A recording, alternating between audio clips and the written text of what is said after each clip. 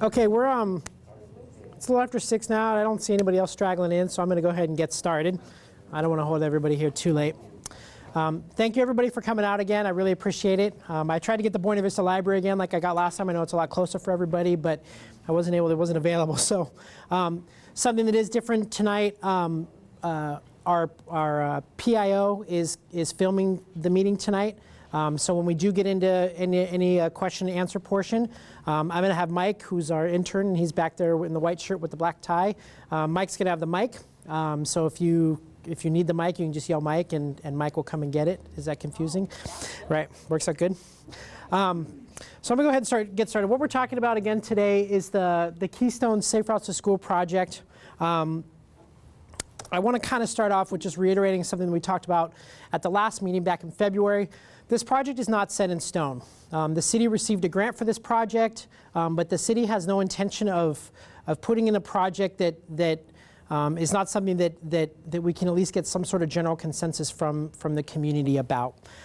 So that we kind of want to set the tone as that we're not trying to change your neighborhood in a way that you are not going to, that's not going to benefit you.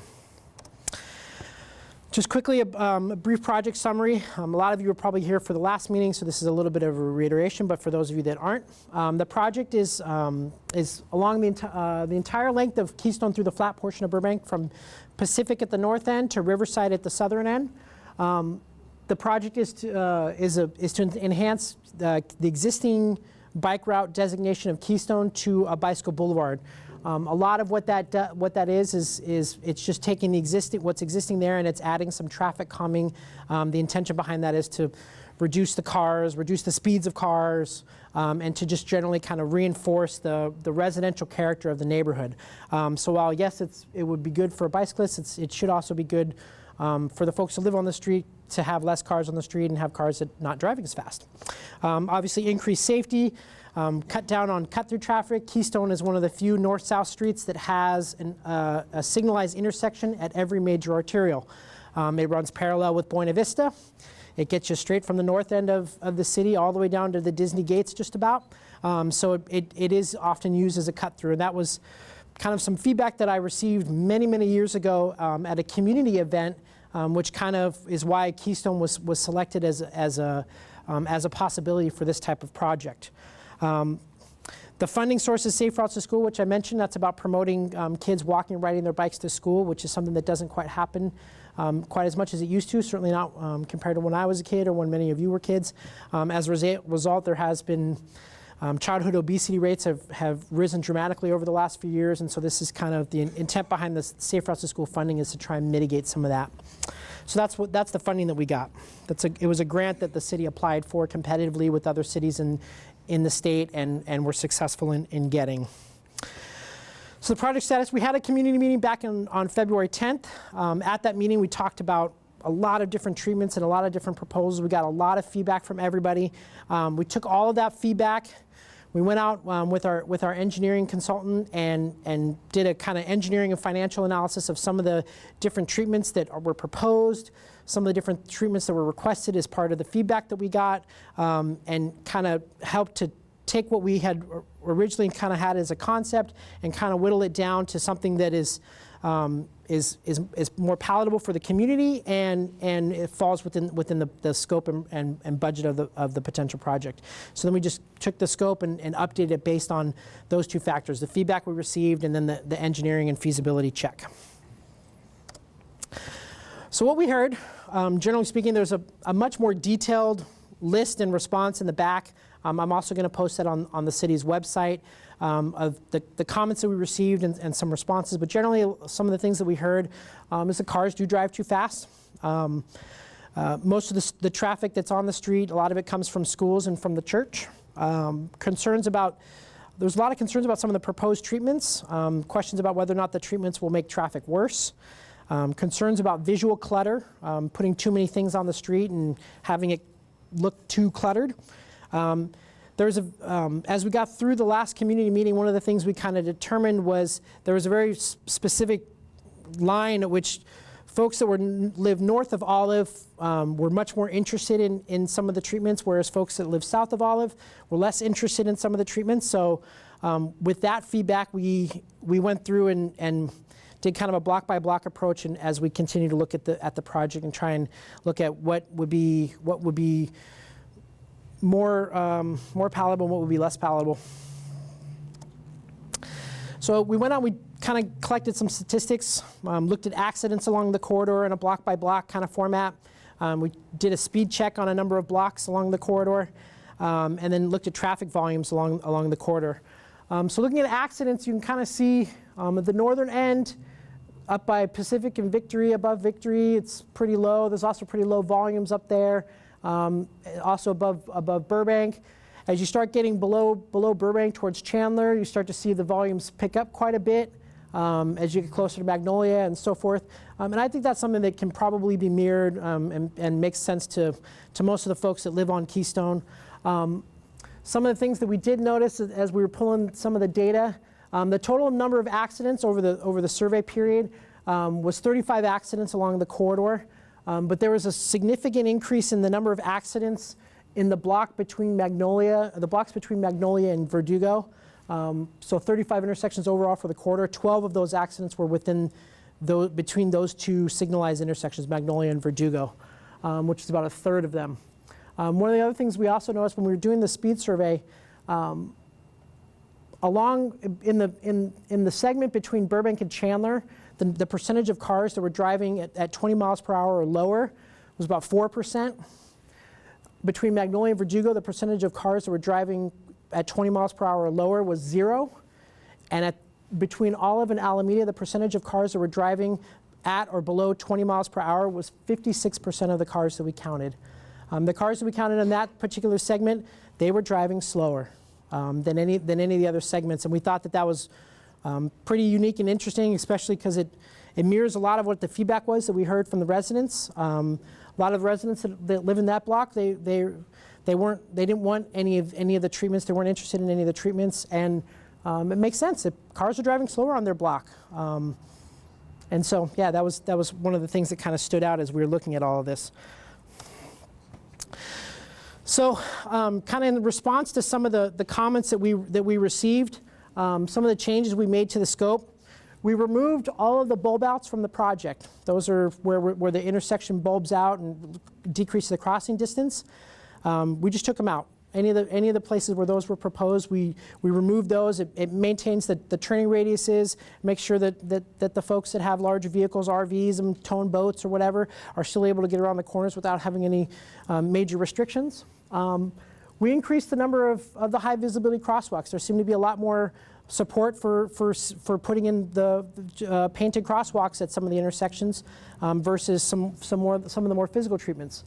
The roundabout at Oak and Keystone is gone. That has been replaced, or what we're proposing is just those high visibility crosswalks, which I think most of the legs of that intersection already has, so we would just come in and update those, make sure that we fill in if there's I think that there was one leg that didn't have it, but yeah, they also just put the new stop signs in at Oak and Myers, so the improvements that we were proposing at that intersection, we don't need to do them because something's already been done. We limited the number of entry islands to reinforce the residential neighborhood and reduce speeds, particularly on those northern segments. Where it seemed like the residents were more in support and found those more favorable, and we removed them from the southern segments that are below Olive. And then we're reducing the frequency of the signs and the sharrows on the segments that are south of Olive. So we'll get into a little bit more detail about that, but we're trying to respond to the comments that we received at that community meeting and make sure that we're addressing the concerns of the community on more of a block-by-block basis. So talking about this idea of north of Olive and south of Olive, just to kind of reiterate, north of Olive, the feedback we received was that they're open to trying all of the physical improvements. Options under consideration are the entry islands, high visibility crosswalks, the roundabout, and signs and sharrows. South of Olive, no physical improvements. We're not proposing to have any of the physical improvements that we had originally had in our scope and our concept. The options that are under consideration at this point are more of the high visibility crosswalks, and then some signs and sharrows, but minimized to reduce the visual clutter on those particular segments. So I'm going to go just into a little bit of detail. This might be a little bit repetitive for the folks that were at the first meeting, but I want to make sure that everybody is kind of on the same page. What high visibility crosswalks are is they're longitudinal bars rather than lateral bars. So they increase the visibility as cars approach this crosswalk rather than there just being a single line out there. You're looking at a much larger stripe, so it becomes more visually apparent. It increases your visibility from 200 feet away at a lateral crosswalk to 500 feet away for these high visibility crosswalks. So they do work a lot better, and all we're talking about is paint. One of the other things that we wanted to consider, and this was actually based on a phone conversation I had with a few folks that live in the block between Chandler and Burbank. There's an existing stop-controlled intersection at Chestnut. It's right adjacent to a school. There's some curb ramps that are out there, but there's some issues where cars don't see the stop signs. There's trees and it's shaded, and it's kind of this weird mid-block crossing, even though there is that T intersection. So one of the other things that we were thinking about looking at is some of these centerline plaques that kind of are placed right at the crosswalk, increasing the visibility that, hey, this is a stop sign for folks that are driving, but it's not a physical improvement. They're spring action, so if a car bumps into it, they just kind of bounce back into place. If they do get too banged up, the city will have to come out and replace those. But those are one of the things that we're considering. We also could consider those maybe at the intersection of Oak and Keystone, but that's up to you guys. I don't want to. My concern is that too much visual clutter, and if that's you get it.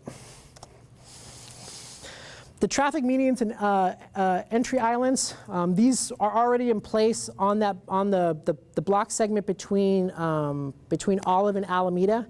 So that segment where we saw those reduced travel speeds already have these traffic medians in place. And when I was out there doing the speed survey and radaring the cars, I noticed that as cars were turning off of Olive, which was the closest intersection that I could see, as cars were turning off of Olive, they were turning at a much slower rate than at some of the other intersections that I saw.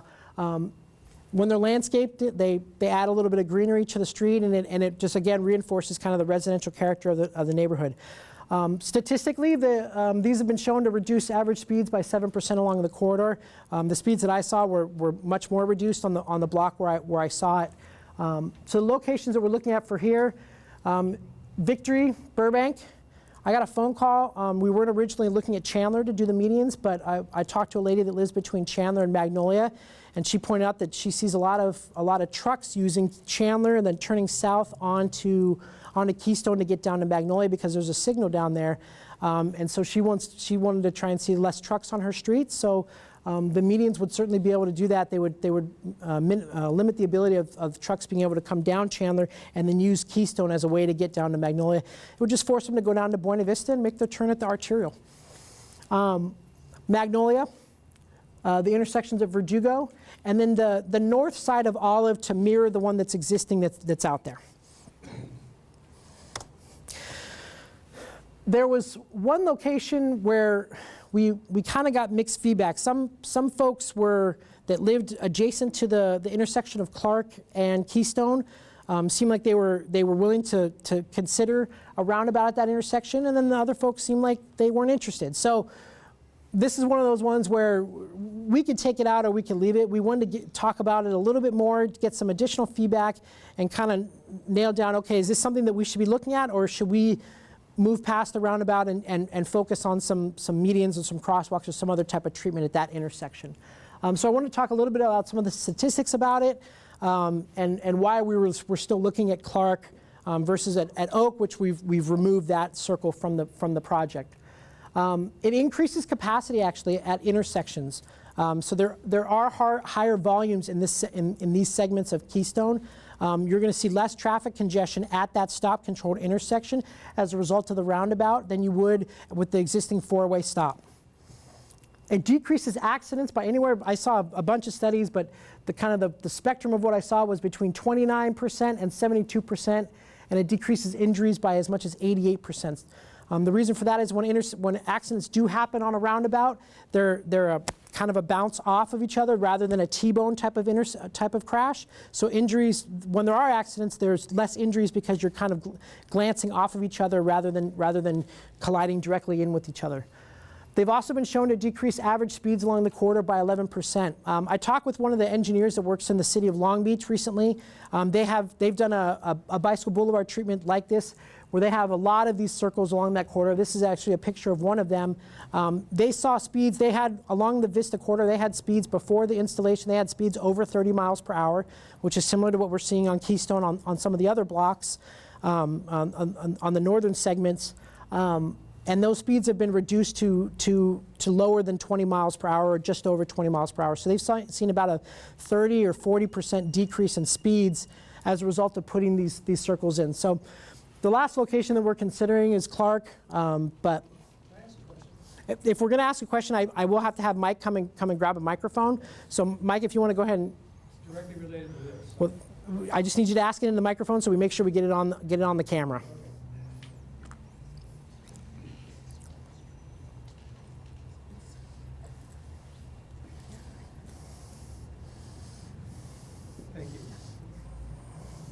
This study that you're showing a picture of, was there a school on that corner?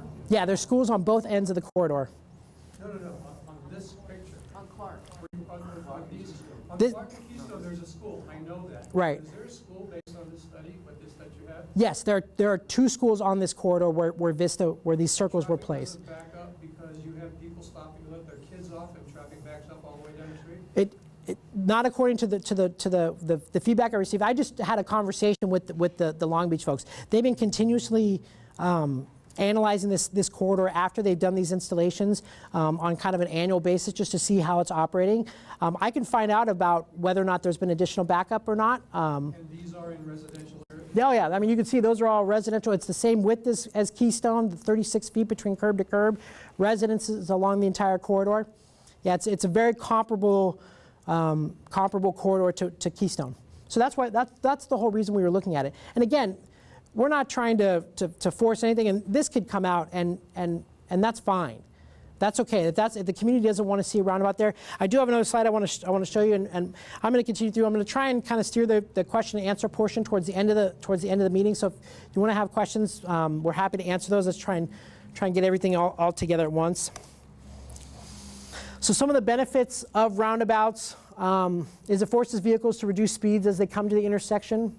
It has a mountable curb, and we've had conversations with our fire department and our police department about these circles and whether or not they would have any impact on the emergency services. And what they told us directly is that there's less likely to be an impact to emergency services as a result of a roundabout than there is to speed bumps. Speed bumps they have to slow down for. This, because of the mountable curb, they don't have to slow down as much to get around them.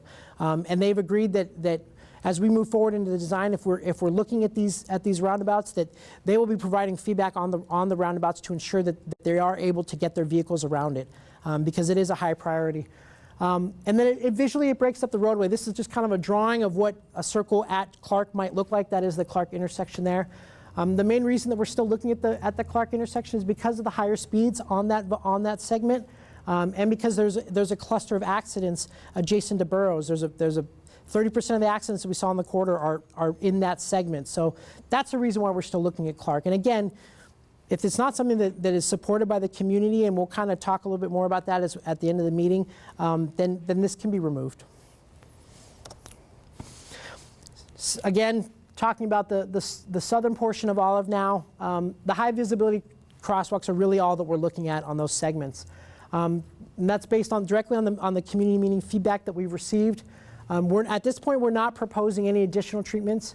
I did receive, and I've had a number of phone calls with residents that live south of Alameda, and they have requested to have some of the medians at the intersection of Alameda mirroring the existing one that's on the north side, on the southern end, and on the riverside end. But at this point, we're not proposing to have those in unless. Is there anybody here that lives on that block that is completely opposed to having medians on that block? Just by a show of hands. South of Alameda, there's only one real resident. The rest of it is owned by business. The resident that I spoke with actually one of the residents lived on Riverside, and one of them lives on the street. Lives on Keystone, and the rest of all those houses are owned by Disney. Correct. So the feedback that we received, I apologize if you want to speak into the mic if you have any additional questions. Yes.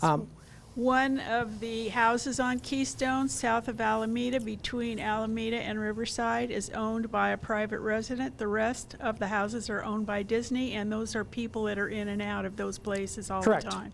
So the folks that I spoke with was Disney and a resident that lives right around the corner on Riverside. And the reason that the resident was asking for it is to minimize the use of trucks on Keystone, on that segment of Keystone, for filming activities. And the folks at Disney supported that. So that's the feedback that we received, and so that was some additional feedback that we wanted to consider and bring back to you guys and get some feedback from you. Is there any opposition to that? I mean, do you think that we should not? The islands, yeah, the same media islands that are in the 2 blocks that are north of this segment. Is there any opposition to that? By a show of hands? Is there any opposition to putting medians on Alameda and on Riverside towards that intersection? Do you guys understand what I'm asking? There's one on the northern side. The request has been to put one that matches it on the southern side, and then one at the intersection of Riverside. So it would mirror what's existing there, and then also place one at the end of the corridor where Riverside is. So show of hands, anybody opposed to it? Raise your hand, please. Okay. Thank you, I appreciate it. Okay.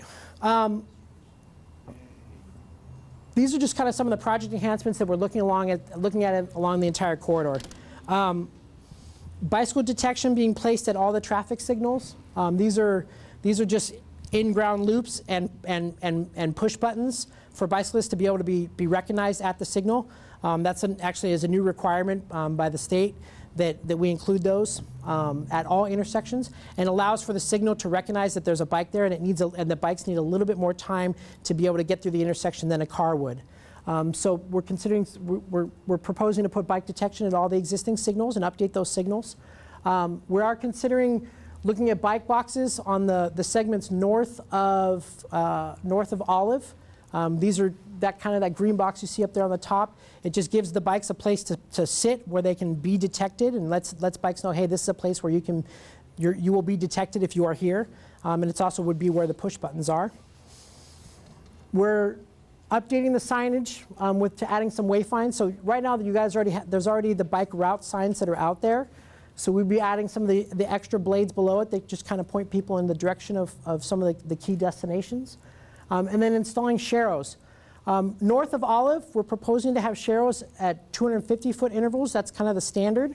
And then south of Olive, we would be minimizing that by half and putting them at 500-foot intervals instead of the 250. Again, the intent there is to reduce the clutter on those blocks because that was the feedback that we've received.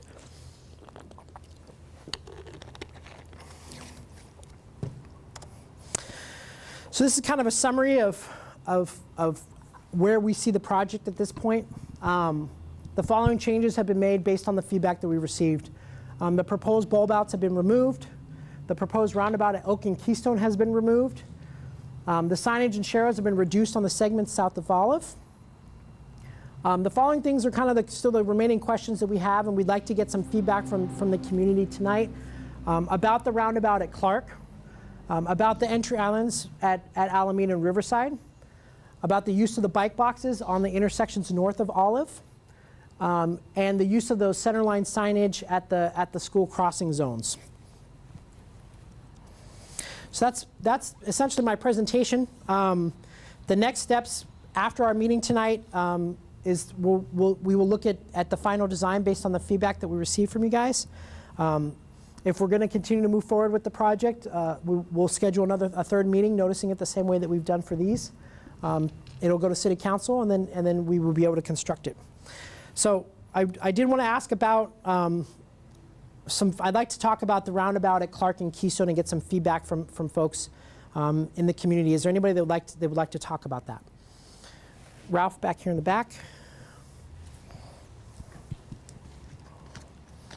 Yeah, I'm generally in support of it, and I think that the only question I have about it is from the picture that you had up there, the crosswalk itself, not that one, you had another one, I guess. I'm sorry, no, you were right, I'm sorry, Corey. It's the other. For cars to get around that, they would have to go through the crosswalk on both the across the road and alongside the road. Dang it, Ralph, why do you have to point out the engineering side of it? The crosswalks, as you see in the drawing above, the crosswalks would actually, those that you're seeing in the image in the drawing are the existing crosswalks that are there. The crosswalks, in order to put the circle there, would actually have to be moved back away from the intersection. Directional curb ramps would be installed, so there would be 2 curb ramps, which is what you kind of see in the drawing above. So yeah, you're right. The crosswalks would be pulled back from the intersection. We would put in the same high visibility crosswalks as what's out there today, but they would be pulled back a little bit to allow for cars to be able to go around the circle without encroaching into the crosswalk. So yes, Ralph, you are correct. Can I follow up on that?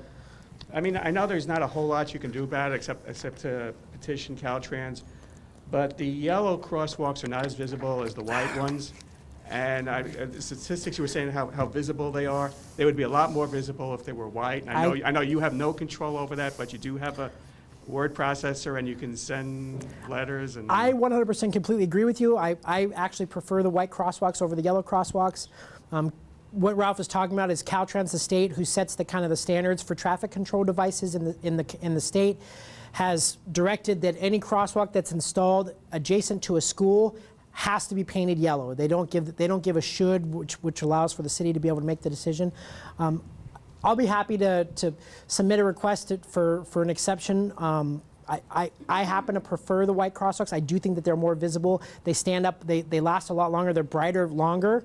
Yellow crosswalks, once you put them out there, a couple weeks afterwards, they get a little mucked up and they're not as visible. Okay, this gentleman here in the glasses, Mike, if you want to give him the microphone. In relation to his question, you never really answered his question. You said we have done studies in other areas in relation to Clark and Keystone. But I don't think nobody has ever been there in the morning when the school kids are coming. And now you're proposing to narrow all 4 streets. And if you're waiting for those kids to cross, it's not like a stop sign or a signal. You'll wait 5 minutes because when you have the right of way, and you think you can go, you can't. The kids are going to cross no matter what. And my question is, how does an emergency vehicle in that situation get even cross? Okay. With a narrow highway and cars are parked on all 4 sides. I think that is ludicrous to put a narrow on that street and on Keystone. St. Finbar's at Oak. The worst dynamics Okay, in the well, morning. first let me, you asked a number of questions there, so I'm going to Yes. kind of go through them. First, in order to put the circle there, there would be no narrowing whatsoever of the roadway. It would just simply be placed in the center of the intersection. The crosswalks would be pulled back. The sidewalks would not be bulbing out because the bulb outs have been removed from this project. So there would be no narrowing of the existing roadway out there. If you look at the drawing up there, the curb lines would all remain the same. The only thing that would move is the curb ramps. So the circle would be placed in the middle. Cars would be able to drive around it. Crosswalks would be removed, but there would be no narrowing of the roadway. How So that's does kind of the an first thing. emergency vehicle pass? Well, absolutely. A parked car? Let me go through all your questions. The second question that you asked is you asked whether or not anybody's been out there. I used to live down the street from there. I would ride my bike through this intersection on a daily basis during the school traffic, and absolutely, I completely agree with you. And this is something that we talked about at the last meeting. And one of the comments that we received at that last meeting was there's going to be traffic at this intersection during that school peak hour, always. Regardless of whether there's stop signs there, if we put a signal there, if we put a circle there, there's going to be traffic at this intersection during that 15-minute period in the mornings when people are picking up and dropping off. What the feedback, one of the comments was that we received at that last meeting was the benefit that there would be additional benefits for the times other than that. Roundabouts have been shown to increase capacity in intersections, so more cars will be able to get through a roundabout than a four-way stop sign. Now, with the pedestrians, you're right. There will be backup at this intersection during that morning pickup and drop-off. But the reason we're continuing to look at it is that there's a lot of time in the rest of the day when there's not a lot of cars out there at this intersection. When cars would be able to flow through this intersection without any problem whatsoever. Is there going to be congestion during the morning peak? Absolutely. There's a school there. There's students there. There is going to be traffic, but there's traffic now with the existing four-way stop. But what this will do is this will provide a benefit every other moment of the day. The next question that you asked is about emergency vehicles. We're not going to put any circle in place without our fire department and our police department reviewing the plans and making sure that they are able to get their vehicles through this intersection. It's as simple as that. We have no intention of slowing down response times for residents that live in this community. That's not our job. That's not what we're interested in doing. We are trying to improve safety and improve the speeds and reduce the accidents and reduce the number of injuries and accidents along this corridor. That's the intent. And if you're still absolutely opposed to that, that's okay. That's okay. We can update the crosswalks. We can put in medians. We can put in the little center median plaques, and those could be good too. But we did receive some mixed feedback about this particular intersection, whereas at Oak, everybody unanimously that spoke at the last community meeting said absolutely not, don't look at Oak at all. But there were a few residents adjacent to this intersection that said, you know what, there's traffic there anyways, and we would like to continue to look at it. So we did. And that's why it's still on the presentation now, and that's why we're still looking at it. But if there's feedback, and at the end after we're done talking about this particular treatment, I'm going to take a vote, and I'm going to get everybody's feedback, and everybody can vote whether they are opposed to it or whether they're in favor of it, and we'll take the tally and we'll just take it from there. Okay? This gentleman here had a question. Mike, you want to come up here? I'm going to kind of do one of these. First, I'm very for it. I've been in quite a few areas from Venice to San Diego and Santa Barbara that has these. And especially in Santa Barbara, they have them in areas around the college where you have insane people. And if it works there, I think it will work over in boroughs. Another issue that I have with this has to do with visibility as well as safety. I have relatives who live in other parts of Burbank that had this done. Is there any possible way of lowering the lights on the street? I live on the north end of Burbank. I mean, the north end of Keystone. It has beautiful trees. It's the reason why we're there. Right. And it's also gives the light about 5 feet of visibility on both After sides. hours. And the problem that you get is you get people who have not the ability to switch from dark to light. Right.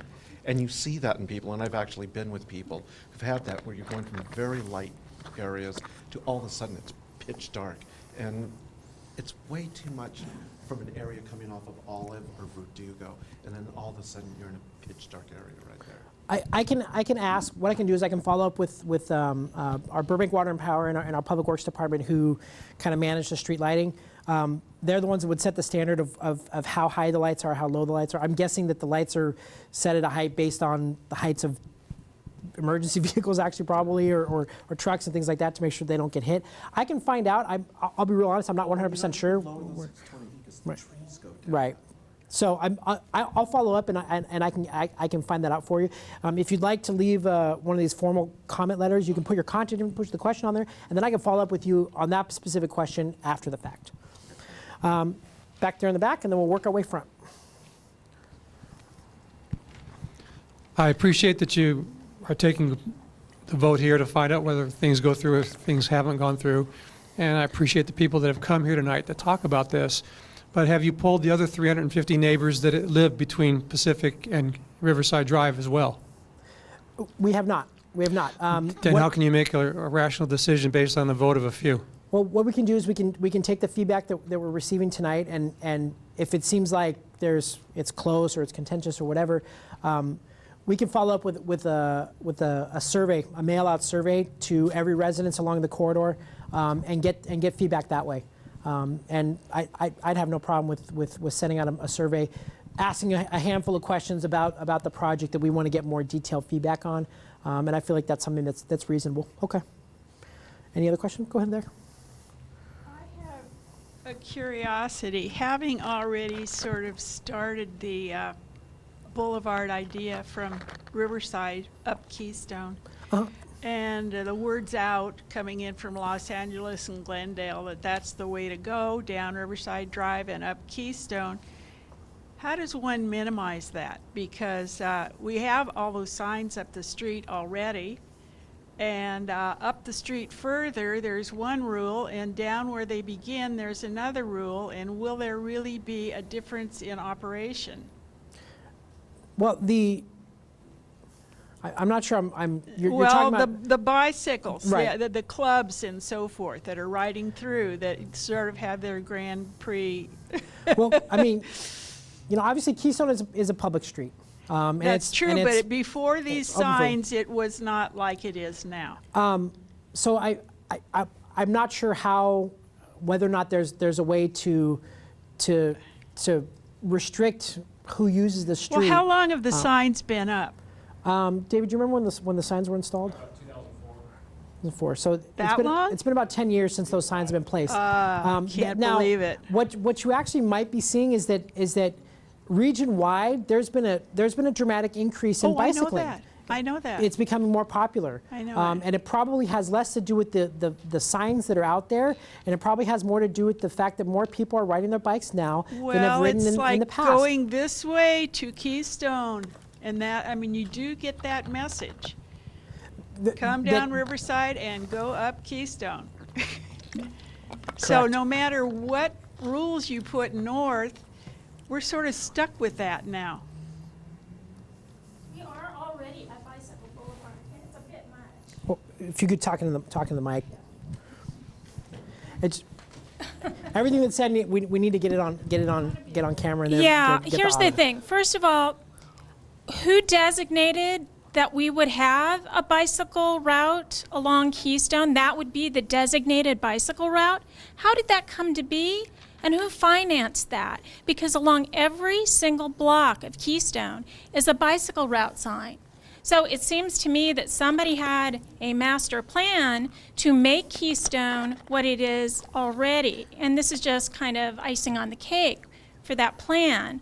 I don't feel, and maybe I'm wrong about this, somebody tell me, I don't feel that that was something that actually bubbled up from the community. I have a feeling that those ideas, that concept came from elsewhere, because I certainly didn't ask for it, and I know the people on my street didn't ask for it. Here's the thing, too. When you talk about Sharrow lanes are going to be completely unnecessary come September, because there goes into effect a California state law that says you have to stay 3 feet away from a bicyclist at least. So what's the point of spending all the money painting giant bicycle icons on the road when by California state law we're required to put along behind a slow bicycle? Or, in some cases, like on our street, I know that many of the cyclists, go into excess of the speed limit. And I don't know if there's anybody at the Aldridges are here. We've seen an awful lot of really, especially late at night, and we aren't a well-lighted street on our part of our Keystone. There are people that have very dim lights, if lights at all, in large packs going down our street, and it's scary. Because we're afraid somebody's going to hit one of them and not realize that they're coming.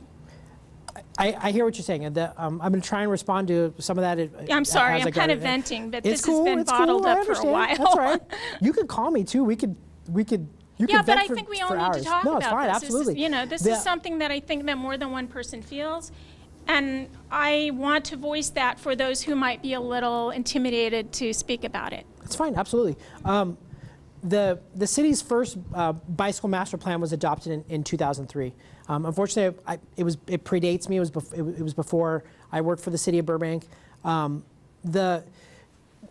when I started with the City of Burbank, Keystone had already been designated as a bike route with the signs that are up there.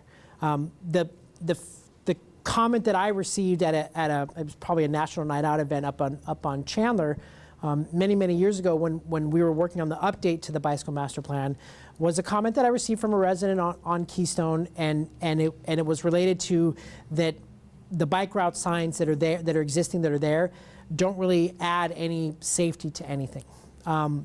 Sharrows also have been a relatively new thing that has come also since after the original bike route signs were put into place. The function of Sharrows and what they're intended to do is to alert motorists that, hey, be aware there may be bicyclists using this street.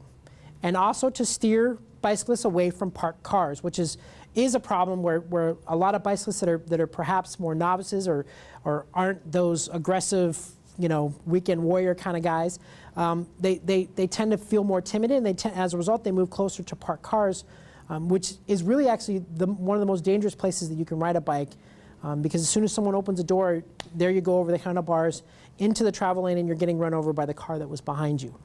So that's the intent behind the sharrows, is to direct people away from the parked cars and to alert folks that, hey, there might be bicyclists using the street, which you've already pointed out there. Bicyclists use Keystone, and when I was out there doing the speed surveys and speed checking the cars, I saw quite a handful of bicyclists using Keystone. It's a nice street to ride on. It is. I think if there wasn't signs out there anyways, I think that people would still figure out, hey, Keystone's a nice street to ride your bike on. But you mentioned that driving behind a bicyclist, you're driving at the speed of the bicyclist. Well, that's also kind of answers the question of, hey, there's cars that are driving too fast on my street. Well, now cars are slowing down because they're driving at the speed of the bicyclist that's in front of them. So, sorry, again, if you just give me a moment, I'm going to finish responding to her questions, and I want to give everybody an opportunity to comment. We do have to keep with the microphone, otherwise it's not going to get heard. And our council, I don't know if you guys have been paying attention, but our council has kind of directed that this is the way we need to handle things. So that's the intention behind it. And we heard the feedback that you guys provided at the last community meeting about north of Olive versus south of Olive, and so that's where we came up with that's where all of this came from, that the residents that were north of Olive wanted this, and the residents that were south of Olive said no. So that's why we reduced the sharrows, we reduced the signage, we reduced the improvements south of Olive, because we wanted to address your specific concerns about your specific block, which was what you guys had asked for, is, hey, look at this block by block. Well, that's now what we're doing, is we're looking at it block by block, and what we heard and what I haven't heard any opposition to yet is what's being proposed, is that south of Olive, you guys said that this is not what you guys do not want to see these improvements. You want to reduce the visual clutter, and so that's what we're responding to, is that feedback that you guys provided at that last meeting, and our hope is that we're responding to in the best way possible, by reducing what's out there, and by minimizing the physical improvements that we're putting into place. There's this gentleman there. Yep. I've lived in the neighborhood by John Burroughs High School for over 30 years. I personally believe that the roundabout will do absolutely nothing but cause more traffic. In the morning, in the afternoon, when kids are going to and fro, quite frankly, they're too lazy to walk, so they have to hop in mom's car, and mom's too lazy to drop them off 3 blocks away and let them walk. So they're all standing in line, and the roundabout is going to cause nothing but a problem. You talked about, you put the roundabout in the middle of Clark and Keystone, you push your crosswalks back a bit, which means you push your aprons back a bit. Now you just placed your aprons in the middle of people's parkways. You've reduced parking because you had to push that back. It's hard enough parking in that area with or without the school in session. You're reducing the ability of the people that own property there to use the property, basically. It's going to cause nothing but heartache. People in the U.S., people in Burbank, can't handle roundabouts. They will be cutting this. They don't understand you're supposed to go around about this obstruction. So they'll just cut across any which way they can. I see them all day long. I work for the city. I'm on the streets constantly. I see them all the time. They'll take the shortest cut. And in the case of your picture here, they'll go left. If they want to make a left turn on the Keystone from Clark, they're just going to cut it left. Kids, whenever they're crossing about there, they will start their trail of going across the street, and they don't care what's in the way. They keep moving, and you're stuck there for 5-10 minutes, normal. I always go a different street if it's anywhere near 8 o'clock, 2 o'clock, or 3 o'clock, when the kids are in or out. So it's not any kind of improvement to put a roundabout. I have my question, do you think that it would make it worse than how it currently is now? Absolutely. Okay. Absolutely. And you they can't understand a stop sign You put a roundabout, no stop signs, oh, you've got them really confused now. Yeah, there's a, there, The I kids com- that do drive to school barely have, 3 hours behind the wheel, and they don't care. And I they race com- up and down streets. Doesn't matter what you do. Put a traffic cop there, at least you make a little money for the city. Which- But, that is their job. But a roundabout for either the adults or the students, or the residents of all ages that live in that area, it's going to be nothing but a pain. I happen to have a large truck, and I pull a 29-foot trailer. You've now obstructed my ability to drive down Keystone, to get onto Magnolia, to get onto a major street with a vehicle that's now about 50 feet long. Again, the only way I can make it around that thing would be to cut left and not use a roundabout. And Okay, same so- thing's going to happen with your fire engine, fire trucks. A ladder truck, yeah, they got steering in the rear, but they are going to avoid that like the plague, and it's going to cause delays for everybody. Cops, they won't take it. They avoid speed bumps. They'll avoid any obstruction. You can ask them anything you want, but I've worked with them for 20 years. I know what they'll do and what they won't do. So they will avoid patrolling the area because you've got obstructions in the street. They like a nice smooth drive when they're driving 10 hours a day. And So- that's, now you've reduced patrolling on your street, keep the riffraff out. So you're stopping a lot of good things by putting in a pretty little thing in the middle of the road, which does nothing but cause trouble. As for the cyclists, I am a cyclist. I'm not a weekend warrior. I do take Boy Scouts out, and I do take Keystone because they're novice cyclists. And we like Keystone because it's reduced traffic, especially south of Olive. Sorry it interferes with some of the things going on, but I know who you're talking about. There are a lot of bicycle groups that will hammer that street at 25, 30 miles an hour. That's what they live for.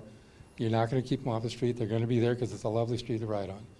But as for the young novice cyclists, I love Keystone, and it has been, well, I've been in this town for almost 59 years. Right.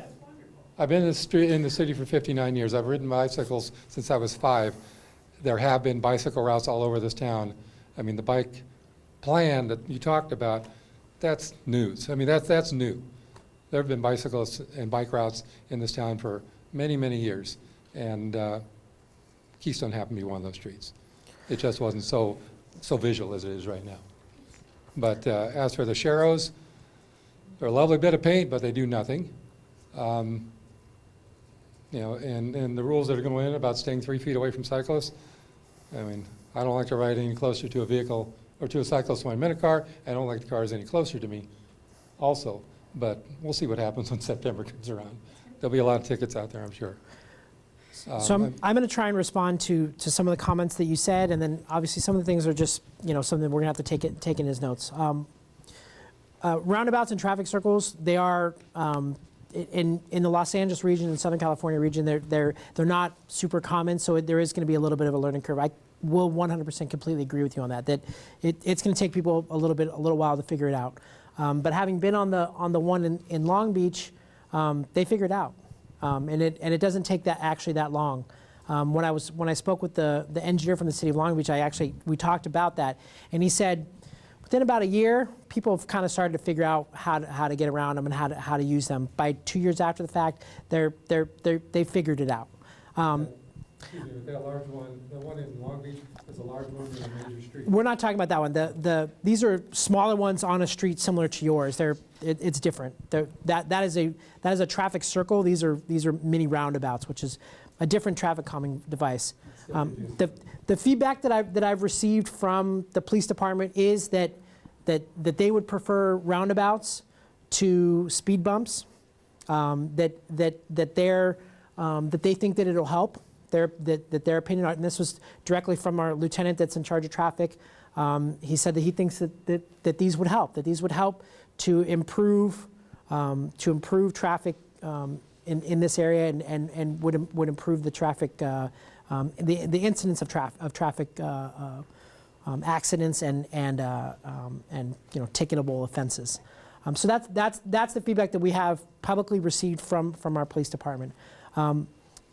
As far as the large trailer, I mean, you kind of mentioned it. If a fire truck if it's going to be designed to be able to have a fire truck get around it, you should be able to get around it with whatever it is that you're pulling. It will have a mountable apron, and the purpose of that is that for vehicles that are pulling something that so that they can get around it, they have to they'll be going a little bit slower as they're going around it if they have to mount that curb, but it's going to make it so that they'll still be able to get around it. But again, I hear your feedback. On a side note, if you'd like to reach out to me separately about your Boy Scouts, we have a few grant programs that are separate from this that are going to be some bike education that your scouts might be interested in, and some bike rodeo type of events and educational opportunities for kids to be able to get badges and things like that. So if you'd like to reach out to me separately about that, I'd be happy to talk to you about it. This gentleman here had a question. Mike, you want to give him the microphone?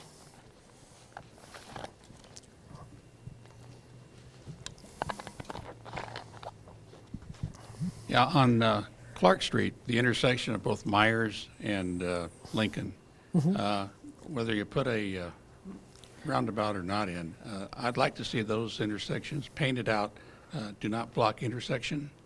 I live on Myers. I try to cross Clark every morning between 8 and 8:30, and it takes 15 minutes.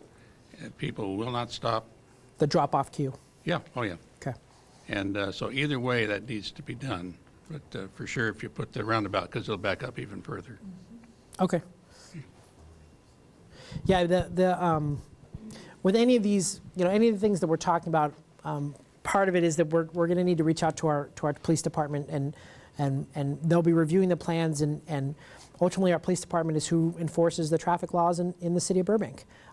So a lot of these things, a lot of the things that we've heard, we can submit to our police department and just give them kind of a heads up of what's going on, and based on the feedback that I've got back from them, that they'll kind of go out and kind of help educate people about any sort of physical improvements that are put into place, and kind of let folks know.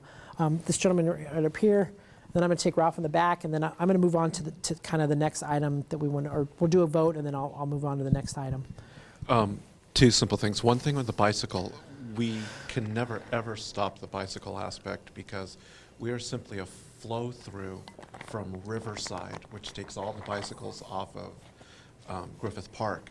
Right. And then we're the byway that actually goes to Chandler, and then Chandler the whole way down to Balboa Park. So there's only going to be controlling it, never stopping it. Another aspect, I happen to work at my place, and I've been there for 30 years, and I see the commercial vehicles that go down Keystone during the day. You may not be there during the daytime, but we need to do something for some type of mitigation for these vehicles. It's more than just vehicles that are coming to deliver on Keystone. You can tell these are very large semi-vehicles. These are, in the fact, Burroughs in itself becomes a problem at times during some of their festivals. Some of the bus drivers with some of the very large commercial tourist ones, they really have no respect for that. They're in a residential area, and they're ripping up and down Keystone from time to time. But the aspect with the bike, I feel like it's water going downhill. It's better to control it than to sit there and say that we're not going to be able to deal with it. That's all. Ralph, back there in the back.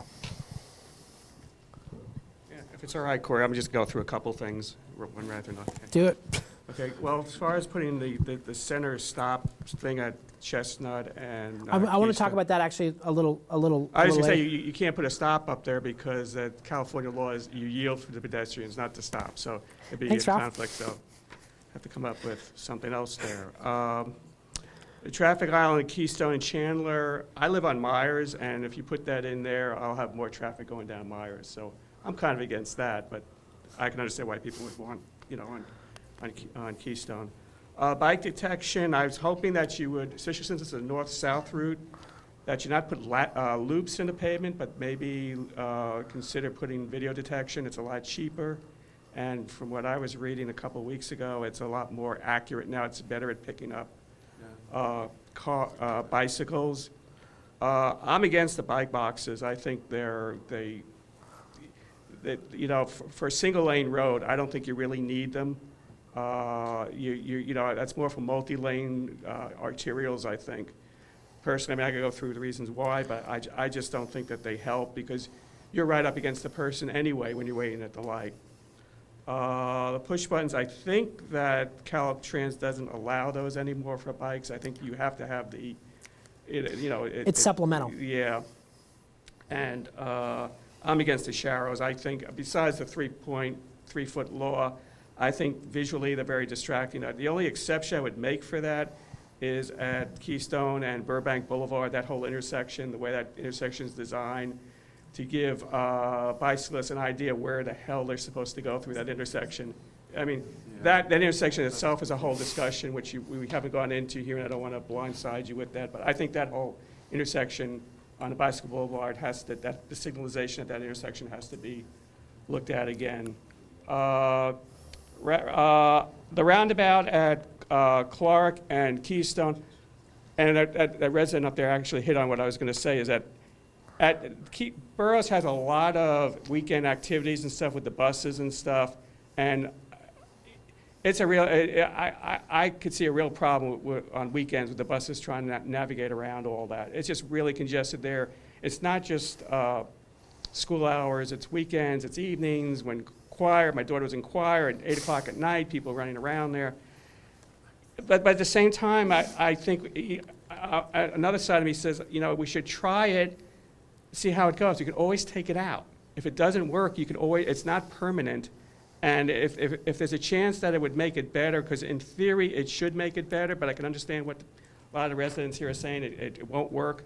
Try it. Try it for 6 months. See if it works. If it doesn't work, you take it out. And as far as the roundabouts or diverters, again, they use them in Nevada. It was up in Las Vegas and in Arizona, New York. They work very well, and they really help around schools. And I think that, you should at least do an experiment on it. I mean, just sit there and say, no, it won't work. When studies have shown that it does, I think is being a little short-sighted. Okay, so what I'd like to do now is just do a quick straw poll regarding the roundabout at Clark and Keystone. I'd like to start with just do a count of, please raise your hand if you are opposed to the roundabout at Clark and Keystone. If you could just do a quick count. 1, 2, 3, 4, 5, 6, 7, 8 are opposed, and 1, 2, 3, 4, 5, 6 are for. Is that correct? Did I get that right? You didn't ask him. Who's in favor of the roundabout or considering it at Clark? Raise your hand, please. 1, 2, 3, 4. Okay. Let's go back to this kind of. Okay, the next item that I wanted to talk about is the entry islands on the block between Alameda and Riverside. Actually, we talked about this a little bit earlier.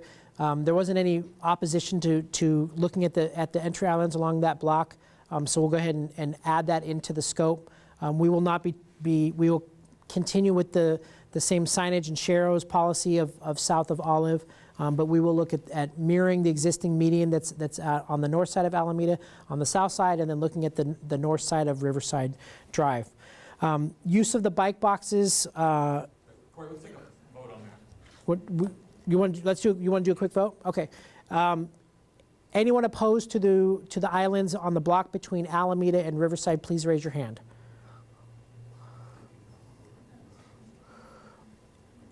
Okay. 1, 2, 3, 4, 5, 6, 7. Anyone in favor of adding the medians on the block between Alameda and Riverside? 1, 2. And I'm going to count the rest as neutral. Correct? Okay. Use of the bike boxes north of Olive. Does anybody have any questions about those? Let's start with that. Okay. If you look at the picture up there on the upper corner, I apologize for it not being a little bit more clear. What they are is they're a green space that is placed behind the crosswalk. So for instance, at the intersections where there's a median, they would be placed between the median and the curb and behind the crosswalk. So the cars would stop before the bike box, and the bikes would be able to stop in the space, in the green space, and that gives us a place to be able to put the bicycle detection. question. Mike, you want to give him the, apologize. Come on, Mike. I think the bike box, no matter where you put it on Keystone, is a false sense of security. It will not stop a car from rolling into it, unless maybe you have a cop sitting there with his ticket book out. It is only a single lane the entire length of that block. Like the previous speaker said, when I'm waiting at that block, waiting for that light to change, I can reach out and touch my neighbor. Whether it's a big dually or a Volkswagen, makes no difference. Bike box is just a false sense of security for the cyclists, and it's a confusion to the drivers. Okay. So I still have a question about it. If there's no bike there, can the cars go all the way to the crosswalk? Sure. I see. What it does though is that the loops that detect your car would be behind the bike box. So if you roll past the loops, then they're no longer detecting your car, and they're not going to be able to signify for you to be able to go straight or turn left. I'm not sure that's true. Are you sure? Yeah. If they're optional and cars can pull up into the bike box if no bike is there, we would have to have detection, I think. The loops would be the same, so it's a high sensitivity. Bike detection would detect a car. Okay. There you go. And so if there's no car there, if there's no bike there, then you can continue on to turn right. But if there's a bike there, you can't turn right, right? Is that correct, Emily? No, I mean, legally, if it was an official bike box, it would have a marking that says stop here at the stop line, and that would be the vehicle stop line, whether there is a bike. So you can't turn right on a red light. Right, and there's no right turns on red. Okay. Okay. That's interesting. Okay. Okay, so those of you that are opposed, please raise your hand. That's everybody, it looks like, just up here. Okay, so we will remove those then from the scope and not look at those for any part of the corridor whatsoever. Okay, the last thing, the center line signage at the school crossings, which look like this. And as Ralph pointed out, there's one that has a yield sign instead of the stop sign. I'm still trying to find out whether or not the stop sign ones can be used in the state of California or not. But either way, they look almost exactly the same. Does anybody have any questions about these? It's more a comment. I mean, the problem I have with it is that if you like, you have the stop sign at Chestnut and Keystone, you'll have a conflict between a stop sign and a yield sign, because the law, according to those signs, is it's a stop for pedestrians, and that's not the law in California. It's a yield to pedestrian, and so it's conflicting with the stop sign, because that's the reason why I'm saying you can't put those in. You don't put those in with a stop sign in California. I've had a conversation with our city traffic engineer, Ken Johnson, and asked him specifically that question about whether or not these can be placed in conjunction with the stop sign, and his response to me was yes. I can follow up with him and with you as well, and All I kind of suggest, that- I mean, obviously I was on the traffic commission, and that's not the first disagreement I've had with Ken Johnson. Ask Caltrans about Yeah. it before you do it. Absolutely. No, That's all we have our engineering consultants who are doing the engineering for the plans, and so I'll follow up with them. I would go one further. Ask Caltrans. No, yeah, absolutely. That's kind of Nothing it's part of the against process. these people. We have plenty of things in this town that were designed by consultants that are not MUTCD compliant. I will confirm that for sure. Absolutely. Any additional questions about these? Okay. Can I have a raise of hands for anyone that is opposed to putting these at school crossings? Those signs? Those signs. Okay, 1, 2, 3, 4, 5. Anyone those of you that are in favor of placing these at school crossings, please raise your hand. 1, 2, 3, 4, 5? Okay. Thank you very much, you guys, for your feedback. As I mentioned before, as a follow-up to tonight's meeting, we're going to take all the feedback that we've received, make any adjustments that we can to the project scope, and the next, we will go ahead and schedule a third community meeting as we move closer in with the design, and then kind of go through the next steps as we go forward. Did you have a question, Actually, just a comment. Mike? And actually, let me say something that's fairly positive. Not all Debbie Downer. I don't mind Okay. it. I'll be Yeah. honest. I'm all right. Now. One thing I would like to say is I have walked the entire length of Keystone from Riverside up to Pacific. I've seen all of the bike route signs and all that. I've also noticed something else that I think goes along with safe routes to school, and that is the traction pads that are on the corners of all the streets. You know, the ones that are for somebody to safely use those dips at the corners for wheelchair. They're called Almost all truncated of those domes, yeah. traction pads are decomposing. They're in really bad shape. They look horrible, and I can't imagine that they serve much of a purpose, many of them. So if you're considering doing something that's valuable in terms of safety when it comes to getting to and from school, perhaps replacing them would be a really good idea. We can look at that. Okay, because there are a lot that are barely there anymore. Oh, Yeah.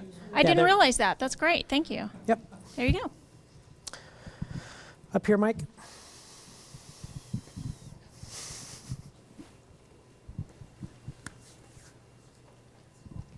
I was wondering, did you have any other ideas proposed for the intersection of Chandler and Keystone besides just the little school signs? So what we were looking at Chandler would be based on a phone conversation that I have, and I'm not sure if it was with one of you or not, but we're going to look at medians, the same medians that we're proposing at some of the other intersections, those ones there, at the intersection of Chandler and Keystone, which would reduce the turning radius for larger vehicles turning onto the street. And that was based on the comment that we received there's some large vehicles that are using Chandler and Keystone as an alternative to Magnolia or Buena Vista. So that was one of the additional comments that we received, and one of the other scope items that we were looking at is based on the feedback that we had received. Are you planning on Mike. looking at the same thing at Verdugo and Keystone? Here.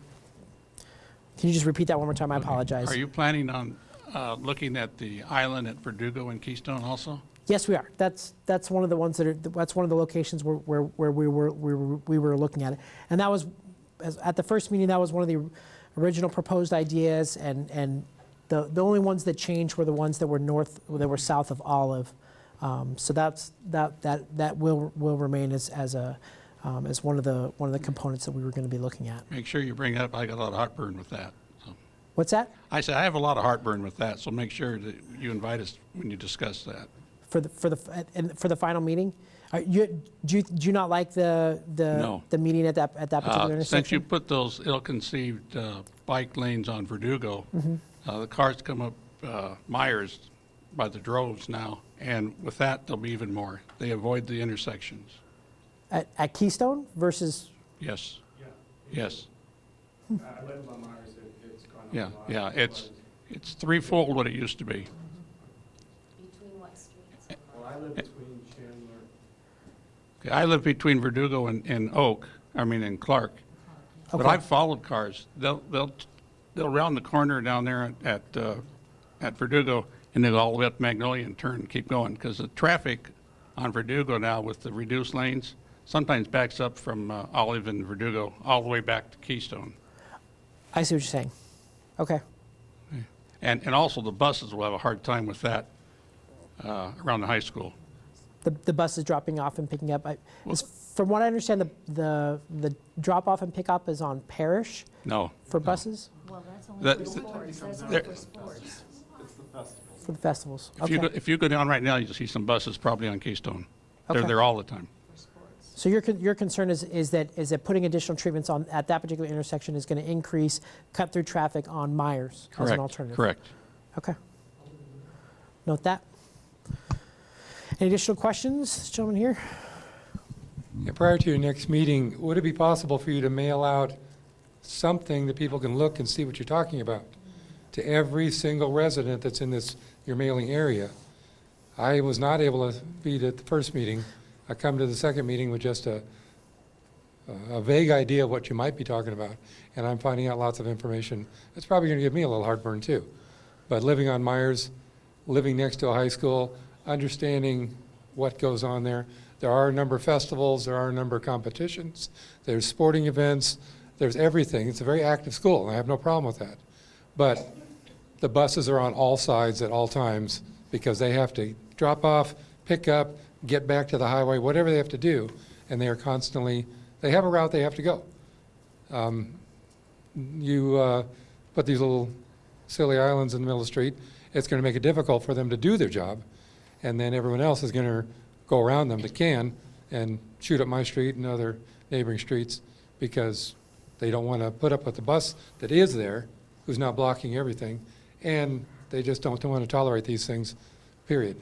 They will do their best to go around them, and we'll have the highway up Myers or Lincoln or any of the other streets. So what I can do is and this is something that we discussed earlier, is we talked about mailing out a survey to all the residents. People have to know what they're surveying, Right. and just a So- question doesn't give them an idea. Part of that. You need to explain what your plan is. Correct. I can read the whole thing, then I can take the survey. Absolutely. Otherwise, So I don't know what I'm surveying. on the city's website, we're going to continue to post the presentations from the meetings. We're also going to post the comments and responses that are on the board back there. Those will also go on the website. And as part of the survey, what we can do is we can incorporate the information about what these are, both on an internet-based survey and on a kind of a paper hand fill out kind of survey. And that'll allow folks to get an idea of what types of things are being proposed, and then provide additional comments on them as well. Well, they still need to have the information in front of them to survey. And there's still people out there without computers. Right, which is why I said that we would include But something they as have part to of have the it in their package. hand. They can't make a point of, I have to come up to City Hall and pick up something. That won't happen. No. You need to mail it to every single address. The same places that are getting the notices of cards. Correct. They need to have a complete idea what's going on. Sure, With pictures, yes. that's easy, yep. Yeah, I just wanted to piggyback on what that gentleman was saying is about the buses. That is a very serious problem around Borough. I mean, you went there, you know. Right. My daughter went there. I went through all the competitions and stuff, and those buses have a real difficult time making the turn as it is now because you have cars waiting to get across Verdugo a lot of times, or when we have the sporting events and something. It's a real concern there, and I'm generally for those islands, but not around boroughs. I think you need, it's not a 24-hour thing, but it's just not a school, a 9 to 3 kind of thing. It's happening at night, it's happening the weekends. And just, consider that, where, when you're doing the plan. That's all I'm suggesting. Sure. This gentleman up here. And again, Okay. some of the folks are leaving. If you guys are welcome to stay. I'm happy to answer any questions you guys have. Okay, I just have one thing to say. It does kind of seem to me, as someone who actually lives on Keystone and actually happens to live right there by Burroughs, this is becoming a Myers-Keystone thing, in which they kind of seem to feel that Keystone should live with their problems and not do anything about it, because anything they do about it will become my problem. Well, Keystone has a problem. And though we have the buses that go there once in a while, they do show up there. The commercial vehicles that use that like a highway use it every single day. And these are vehicles, we have massively large trees on the street that I live on. They are clipping the tops of these trees. These vehicles are so big. And they're simply using it because They don't want to use Buena Vista, and it's a thoroughfare through Chandler. And I think for children, for all the people who live there is a safety issue with having to have to slow down vehicles on that street. Thank you. Absolutely. I mean, it's not necessarily a Myers versus Keystone thing. What happens on Keystone is it could potentially affect Myers, which is why folks that live on Myers receive notices. It's a matter of kind of balancing it out and trying to find something that's going to be beneficial to the residents on Keystone without dramatically having dramatic negative effects on Myers. And I understand your sentiment, and I understand the sentiment of the folks that live on Myers as well. So as we go forward, the goal is to try and mitigate those as best as we can as we move forward with the project and try and provide all of those pros and cons. Ultimately, this project will go to City Council, and City Council will vote whether or not to award, to go out to bid for construction, or whether or not to give up the grant and to do nothing.